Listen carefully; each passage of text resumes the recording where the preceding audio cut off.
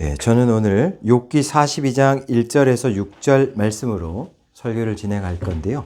먼저 말씀을 읽어보겠습니다.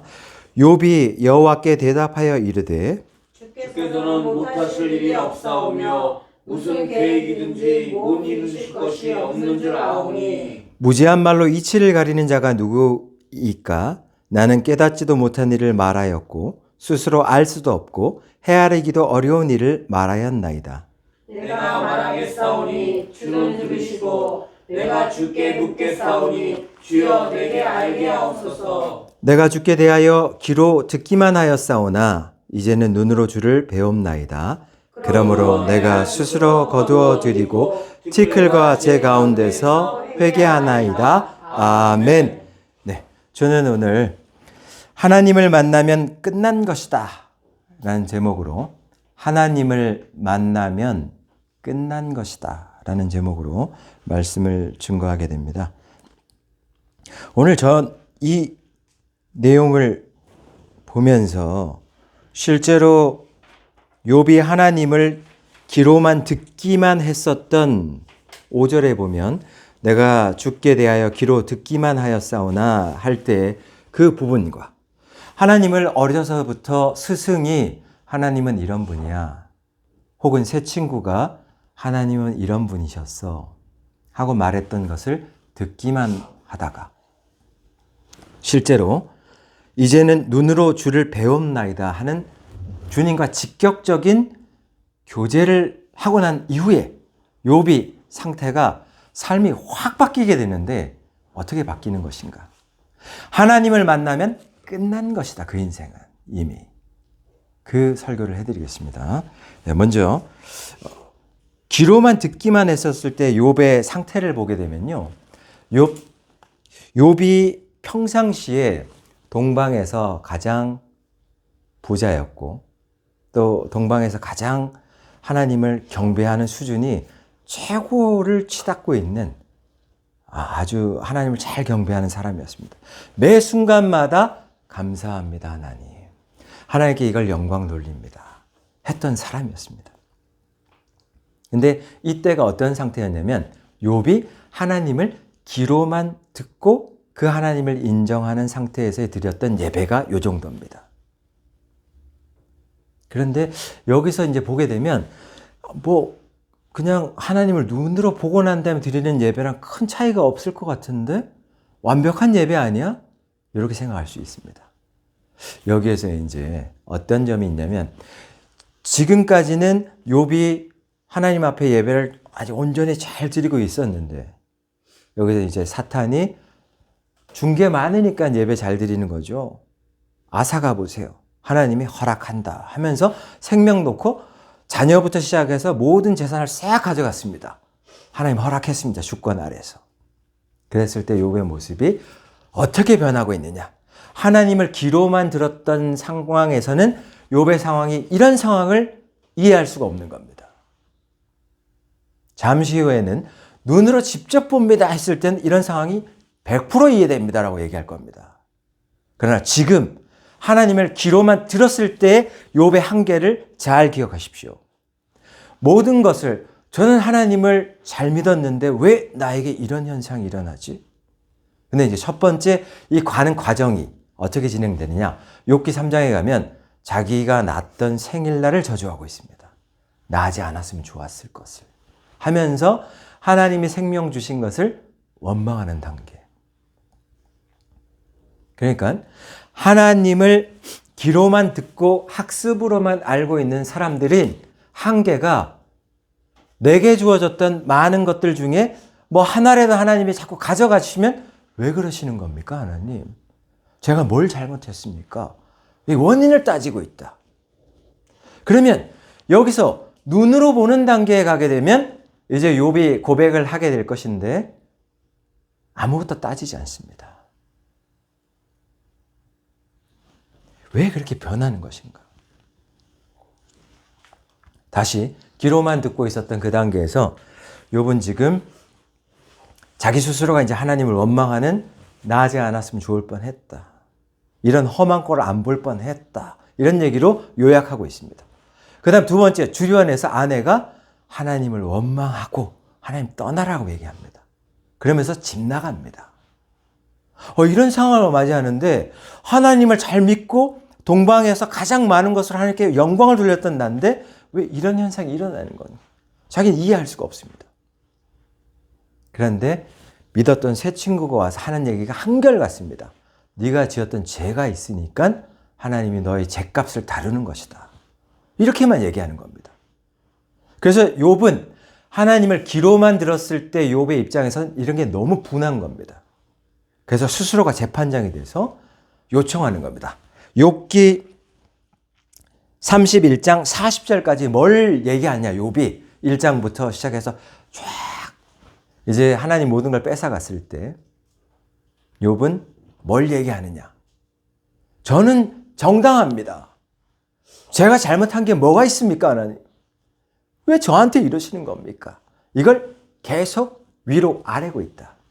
이게 귀로만 듣고 학습으로 된 하나님과 함께하는 사람의 한계다. 그 말씀을 드리겠습니다. 학습으로 누군가가 내 스승이 하나님은 하나님 만났어. 내가 만났던 하나님을 전해줬어. 그런데 나는 와닿지가 않아. 그 사람들의 한계가 여기까지인 겁니다. 삶이 엉망이 되고 모든 것이 정말 이성적으로 이해가 되지 않습니다 하면 그때는 이 사람들이 원망을 하기 시작합니다. 욥이 그랬듯이. 도저히 벗어날 수 없다. 여기 있는 모든 사람들이. 저를 포함해서. 그러면서 이제 귀로만 들었었던 그 예배에서 우리는 벗어나서 눈으로 보는 단계로 가야 된다는 얘기를 하고 싶은 겁니다. 저는. 그 얘기 때문에 이걸 말씀드리는 겁니다. 그럼 욥은 계속 하나님께 재판장이 되어서 자기 스스로가 니네 새 친구는 옳지 않아. 하나님 입장에서도 나랑 똑같을 거야. 하나님은 이렇게 심판할 거야. 내 기도처럼. 니네는 다 잘못된 걸 지적하고 있어. 내가 뭘 잘못했어. 이걸 계속 아뢰고 있단 말입니다. 인생에서 정말로 어려웠을 때 말도 안 되는 원인 모를 일들이 발생합니다. 그러면 그 원인 모르는 일들이 발생할 때 우리는 보이는 것만 이해하기 때문에 보이지 않는 상태에서 하나님이 우리를 어디로 끌어가려고 하는지, 왜 이 일을 행했는지, 어떤 목적을 갖고 있는지를 몰라요. 우리는. 욥도 몰랐습니다. 여기까지. 그렇기 때문에 욥이 원망하고 하나님 이건 내가 잘못한 게 아니잖아요. 이 얘기만 계속 한 겁니다. 그랬을 때 하나님이 곧장 얘기합니다. 다 건너뛰고 욥기 38장에 와서 하나님이 폭풍 가운데서 창조물 가운데 바다에 사는 악어를 얘기합니다. 무시무시하지. 저 악어도 내가 창조해서 먹이고 있어. 그리고 하마 무시무시하지. 저 하마도 아주 굉장히 거칠거든요. 하마가 배가 떠 있을 때 그냥 보는 순간 들이받으러 와요. 시속도 굉장히 빠릅니다. 그냥 전복됩니다. 무시무시한 저 하마도 내가 창조했다. 욥아. 직접 만나주는 상태가 욥기 38장입니다. 욥이 그때 주님을 이제는 눈으로 주를 배움나이다라는 것을 이때 경험하게 되는데요. 욥 스스로가 그때까지는 38장 전까지는 그냥 자기가 들었던 하나님에 익숙해서 기도를 올렸단 말입니다. 그리고 자기가 옳다란 주장만 계속 했단 말입니다. 억울하다는 얘기만. 그런데 여기서 이제 귀로만 들었던 예배는 하나님의 섭리를 모른다. 여기에 섭리가 빠져 있는 겁니다. 섭리가 뭡니까? 하나님이 그를 다루고 측정하면서 그를 계속 필요한 걸 공급하면서 계속 인도해 가는 겁니다. 그를 만들어 가는 겁니다. 그게 이해가 안 되는 거예요. 귀로만 들었던 사람들은. 왜? 하나님 본 적이 없으니까. 도대체 내 삶에서 왜 이런 현상이 일어나고 나는 왜 이런 풍파를 겪습니까? 정말 이해가 안 됩니다. 내 인생을 돌아봤을 때 왜 그 몇십 년을 버렸습니까? 광야같이. 왜 광야를 헤매게 했습니까? 도저히 이해가 안 됩니다. 그런 시간을 왜 하나님 갖게 했는가? 그건 네가 직접 하나님을 계속 간절히 찾고 싶습니다 해서 하나님을 만나는 단계로 가라라는 것입니다. 이제 눈으로 직접 보는 단계까지 가야 된다는 것입니다. 그러면 잘 기억해 보십시오. 욥기 38장에서 욥이 달라진 건 뭐냐? 우리 스승도 옛날에 얘기했습니다. 저 하마 보이지? 저걸 하나님이 지었어. 그럼 욥은 들었습니다. 저 무시무시한 바다 악어 보이지? 엄청 크지? 3m. 저 하나님 지었어. 무시무시하다. 들었습니다. 그러나 자기가 들은 게 하나님으로부터 직접 들은 게 아니라 내 스승이 하는 고백은 나에게 한계가 있는 겁니다. 그냥 지식으로는 와닿는데 정확하게 하나님이 그들을 지었고 어떻게 운행한다라는 게 와닿지가 않아요. 그런데 38장에서는 하나님이 정명으로 욥에게 그냥 소통하고 있는 겁니다. 하마를 내가 지었다라니까 욥아 하니까 욥이 듣고 있는 거거든요. 그러니까 이제 욥이 꼼짝 못하는 겁니다. 우박 떨어지는 거 너 이해할 수 있겠니? 할 때 욥이 전혀 이해가 안 됩니다. 땅에 있는 것, 위에서 벌어지는 모든 것에 대해서 너 이해할 수 있겠니? 얘기할 때 전혀 이해가 안 됩니다. 소통하고 있는 겁니다. 하나님과 직접. 이 소통이 인생에서 필요하다는 얘기를 해드리고 싶은 겁니다. 여러분은 누군가의 설교를 계속 들으면서 설교라는 건 위로받기 위해서 가는 것이지 틀렸습니다. 설교는 위로하기 위해서 주는 게 아닙니다. 왜? 욥기에서 명확하게 나오는데 욥을 하나님이 얼마나 많은 고난을 줬습니까? 그렇다면 욥기 42장에서 결국에 하나님께서 욥아 너를 참 고생 많았는데 너를 위로한다. 뭐 이렇게 전개되느냐? 전혀 그렇지 않다. 그렇지가 않습니다. 그럼 뭐로 다루느냐? 욥을 끝까지 하나님의 섭리로만 다루고 있습니다. 그렇기 때문에 오늘날 이 예배는 하나님께 위로받기 위해서 오는 게 아니에요. 위로받기 위해서 올 때도 있지. 그러나 어떤 때는 하나님이 책망할 때도 있어요. 왜 이렇게 네 삶이 왜 거기에 머물러 있느냐? 내가 힘주고 모든 걸 내려주고 있는데 왜 거기에만 머물러 있느냐? 어떤 데는 동기부여할 때도 있습니다. 또 어떤 데는 굉장히 섬세하게 터치하면서 안고 끌어갈 때도 있습니다. 지쳐 있을 때. 이 모든 것이 합력해서 하나님이 다양한 모습으로 말씀을 통해서 나오는 겁니다. 우리는 이 말씀을 항상 위로의 초점을 맞춰서만 설교하게 되면 그 교회는 망한다라고 제가 말씀드리겠습니다. 거기에 한 번의 1단계에서 위로를 받을 수 있을지언정 위로 윗단계는 뭡니까? 하나님의 터치가 없어요. 그냥 허무하고 더 큰 위로만, 내 중심으로만 계속 위로만 받기만 원하는 그런 단계로 하나님 끌어가는 게 아니다. 그렇기 때문에 설교라는 것은 하나님이 매일매일 새롭게 말씀을 통해서 오늘은 이 말씀, 오늘은 저 말씀으로 계속 다양하게 주는 것을 조금씩 이해하면서 이제 우리가 귀로만 들었던 하나님이 이제 눈으로 보는 것 같이 하나님과 소통하게 되고 내 스스로가 하나님과 소통하게 됐을 때 하나님이 나를 그래서 몇십 년 동안 광야 같은 데서 행하게 했구나. 이제는 알겠다라는 그런 단계로 우린 성장해야 되는 겁니다. 아멘이십니까? 아멘. 예. 그렇기 때문에 우리는 이 말씀을 들으러 오는 겁니다. 말씀은 하나님이 살아있어서 이렇게 목자들을 통해서 하나님이 감동을 주는 게 있습니다. 매번 다르겠지만 그 말씀이 잘 본문에 맞춰서만 나가게 된다면 우리는 하나님을 결국에는 눈으로 보는 것처럼 만나게 될 것입니다. 그럼 눈으로 보는 것처럼 만나게 되면 욥이 이제 고백을 하게 되거든요. 무슨 고백을 하느냐?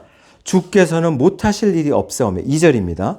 무슨 계획이든지 못 이루실 것이 없는 줄 아오니. 이런 고백을 왜 하는 겁니까? 하나님이 한 번도 그러니까 이제 욥기 31장까지는 내가 옳습니다라는 얘기를 했고 그 이래로 욥이 내가 옳습니다라는 얘기를 전혀 안 합니다. 그리고 이제 하나님이 자기를 끌어가는 섭리, 내가 욥아 너를 보이는 하나님, 네가 이해했던 하나님에서 너머에 있는 영역의 하나님으로서도 내가 너를 끌어가고 이끌고 있다는 걸 내가 알려주는데 그거를 자기 지식으로는 이해할 수 없었기 때문에 그랬기 때문에 자기가 고백하는 게 3절이거든요. 내가 무지한 말로 내가 알지도 못하는 말로 하나님을 재단했다. 하나님 아는 것처럼 얘기했다. 그러면서 내 안에서 막 굉장히 흉흉한 말, 굉장히 거친 말, 자만하는 말, 혈기, 심술, 무분별한 언사 이런 게 막 튀어나오면서 하나님은 왜 가만히 있는 겁니까? 내가 귀로만 들었었던 하나님을 대할 때는 그런 혈기나 심술도 다 살아있었다. 그러나 38장에서 욥아, 내가 온 천하를 만든 하나님이다. 저 하마가 뭐 먹고 사는지 배고프면 먹이는 하나님이야. 욥이 그 목소리를 듣고 악어도 먹이고 우박도 떨어뜨리고 우박 참고 있어라는 얘기를 듣고 욥이 그제서야 아무것도 모르겠습니다. 하나님의 행동하는 모든 것을 제가 알고 있는 지식으로 아무것도 이해를 못하겠습니다. 라고 얘기하는 장면이 3절이지 않습니까? 그게 진정한 회개거든요. 무지한 말로 이치를 가리는 자가 누구니까? 자기가 무지한 말로 막 따졌던 것. 여호와 앞에서 너무 죄송하다. 난 깨닫지도 못한 일을 말했다. 스스로 알 수도 없고 헤아린다는 걸 이해한다는 거예요. 이해하기도 어려운 말만 내가 했다. 하나님이 어떤 섭리로 나를 끌어가는지도 모른 채 저 자연에서 뛰어놀고 있는 인간을 포함해서 모든 창조물들을 하나님이 직접적으로 운행하고 있다는 목소리를 직접 들었기 때문에 더 이상의 질문이 필요 없다. 하나님을 직접 만나고 났더니 하나님 다 이끌어간다고 스스로가 얘기하는구나.